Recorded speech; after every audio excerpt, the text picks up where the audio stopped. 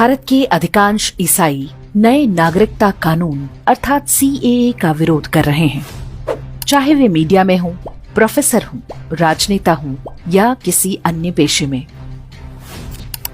जबकि सीएए में अफगानिस्तान, पाकिस्तान और बांग्लादेश में अत्याचार झेल रहे ईसाइयों को भी भारत की नागरिकता देने का प्रावधान है, तो फिर ईसाई इस कानून के विरोध में क्यों हैं? भारतीय उपमहाद्वीप में जो ईसाई हैं, वे भी इस्लाम द्वारा उतने ही पीड़ित हैं जितने हिंदू, सिख, जैन या बौद्ध। फिर भी कभी हिंदुओं और ईसाइयों का चुनावी गठजोड़ नहीं होता, यहाँ तक कि केरल में भी नहीं, जहाँ दोनों ही समुदाय मजहबी बर्बरता का शिकार हैं। भारतीय ईसाइयों के इस विचित्र व्यवहार के दो बड़े कारण हैं। इन्हें पूरी तरह समझने के लिए आपको वीडियो अंत तक देखना होगा। पहली बात तो ये कि सारे अब्राहमिक मजहब वास्तव में राजनीतिक संस्थाओं की तरह हैं, जिनका एकमात्र लक्ष्य सत्ता, शक्ति और धन पाना है। उनके लिए मनुष्य उन भेड़ों की तरह होते हैं जिनकी बलि बड़े लक्ष्य को पाने के लिए दी जा सकती है।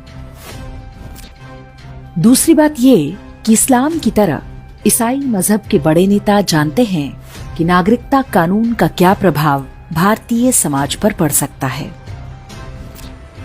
वर्ष 2002 में हुए गुजरात दंगों और 2013 में हुए मुजफ्फरनगर दंगों की बहुत बात होती है, लेकिन ये भारत के सबसे बड़े दंगे नहीं थे।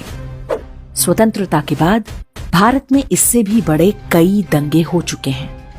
फिर भी भारत का हर मजहबी व्यक्ति गुजरात और मुजफ्फरनगर के दंगों को याद करता है, क्योंकि इन दोनों ही दंगों में कुछ ऐसा हुआ था जो स्वतंत्रता के बाद से कभी नहीं हुआ।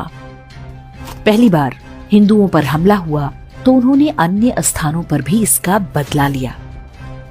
इससे पहले के सारे दंगों में उसी स्थान पर प्रतिरोध होता था जहां पर हमला होता था। एक समुदाय के रूप में हिंदुओं के व्यवहार में ये बहुत बड़ा बदलाव आया था। ऐसा नहीं है कि ये समस्या हमेशा से रही हो। जब नोआखाली और बंगाल में हिंदुओं का नरसंहार हुआ तो बिहार में हिंदुओं ने उसका बदला लिया। जब उत्तर में हिंदुओं पर आक्रमण हुए तो दक्कन में हिंदुओं ने हिसाब चुकता किया। लेकिन गांधीवादी घुट्टी ने पूरे हिंदू समाज में प्रतिरोध के उस स्वाभाविक अधिकार को ही छीन लिया। किसी भी बाहरी आक्रमण पर मनुष्य की उग्र प्रतिक्रिया स्वाभाविक होती है। मनुष्य ही नहीं, हर जीवित प्राणी ऐसा करता है।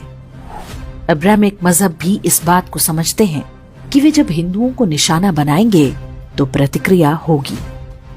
किंतु उन्होंने कल्पना नहीं की थी कि गोधरा में ट्रेन जलाने पर गुजरात के अन्य जिलों में रहने वाले हिंदू भी बदला ले सकते हैं। एक समुदाय के रूप में हिंदुओं के बीच ये भातृभाव दोनों ही मजहबी गिरोहों के लिए खतरे की घंटी है। सीएए से ये रेखांकित हो गया कि हिंदुओं ने तय कर लिया है कि कोई हिंदू अकेला नहीं है। कर्नाटक या केरल में किसी हिंदू पर हमला होगा तो यूपी और मध्य प्रदेश में बैठा हिंदू भी बदला ले सकता है। अफगानिस्तान, पाकिस्तान और बांग्लादेश के हिंदू की भी हमें चिंता है। नेपाल का हिंदू भी हमारा है। बाली, म्यांमार, फिजी, ट्रिनिडाद और मॉरिशस का हिंदू भी हमारा है। सामूहिकता की शक्ति का ये बहुत बड़ा उदाहरण है। जो लोग भी इस पर अमल करते हैं वे अजेय हो जाते हैं। इसी बात से चादर वाले भी डरते हैं और फादर वाले भी। आप देख रहे हैं 6 edge media news. Reporter Rajesh Goswami. इस चैनल को सब्सक्राइब करें, लाइक करें, बेल आइकन को ऑल करें ताकि सबसे पहले खबरें हम आप तक भेज सके। विज्ञापन और खबर के लिए ऊपर दिए गए संपर्क सूत्र पर संपर्क करें।